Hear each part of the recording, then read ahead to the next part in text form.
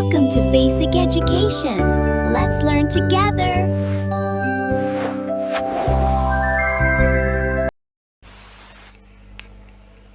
আজকে আসলাম পঞ্চম শ্রেণীর গণিত বইয়ের লসাগু ও গসাগু চ্যাপ্টারে কয়েকটি উদাহরণের অঙ্ক নিয়ে।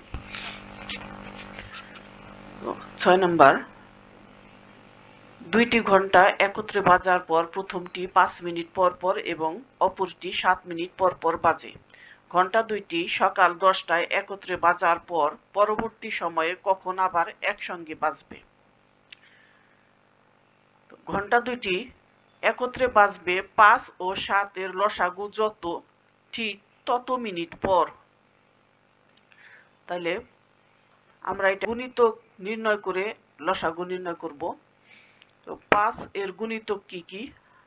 5 এর গুণিতক হচ্ছে 5, 10, 15, 20, 25, 30, 35, 40, 45, 50, 55, 60, 65, 70, 75। 7 এর গুণিতক কি কি? 7, 14, 21, 28, 35, 42, 49, 56, 63, 70, 77, 84। মানে আমি যত দূর আরো নিতে পারবো ততই লেখা যাবে, সমস্যা নাই। তো এখানকার মধ্যে আমরা যে কতগুলো গুণিতক লিখেছি তার মধ্যে থেকে সাধারণ গুণিতক কি কি আছে আমরা সেটা এখন খুঁজে বের করব। তো 5 এর গুণিতকের মধ্যে আর 7 এর গুণিতকের মধ্যে সাধারণ গুণিতক হচ্ছে 35, আরেকটা সাধারণ গুণিতক হচ্ছে 70। তো এই দুইটা গুণিতকের মধ্যে আমার লসাগু কোনটা? যেটা সবচেয়ে ছোট সেটাই হচ্ছে লঘিষ্ঠ। লঘিষ্ঠ মানে ছোট, যেটা লঘিষ্ঠ সেটাই হবে এটার লসাগু।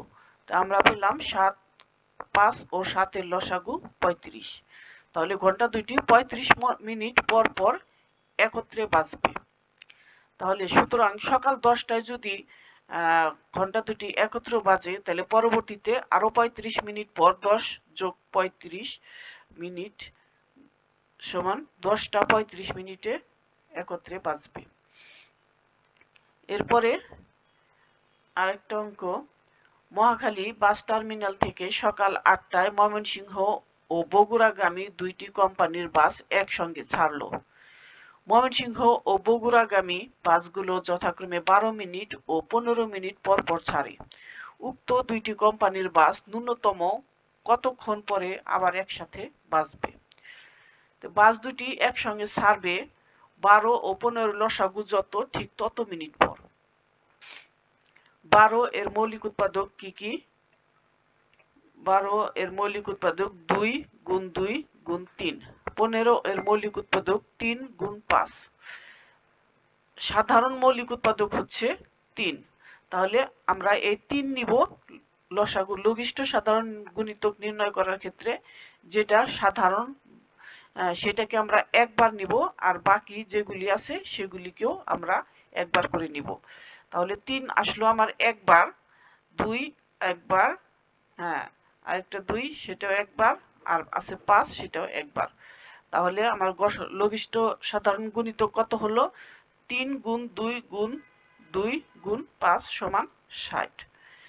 60 মিনিট বা 1 ঘন্টা পর বাস দুটি আবার একত্রে ছাড়বে। অর্থাৎ বাস দুটি 8টায় ছাড়ার পর আবার 8টার সাথে 1 ঘন্টা যোগ করলে কয়টা হয়? 9টা। 9টায় আবার একসঙ্গে ছাড়বে। এরপরের অঙ্কটা দেখো, কয়েকটি দরিদ্র পরিবারকে দেওয়ার জন্য সুমির বাবা বাজার থেকে 15 লিটার তেল ও 18 কেজি আটা ও 24 কেজি চাল কিনলেন। সর্বাধিক কত পরিবারের মধ্যে সুমি পণ্যগুলো সমানভাবে ভাগ করে দিতে পারবে? তাহলে কি কি আছে? 15 লিটার তেল, 18 কেজি আটা, 24 কেজি চাল কিনলেন।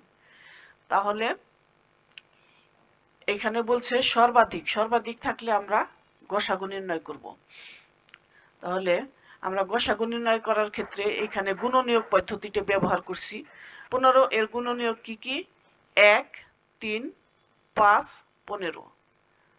18 এর গুণনীয়ক 1, 2, 3, 6, 9, 18।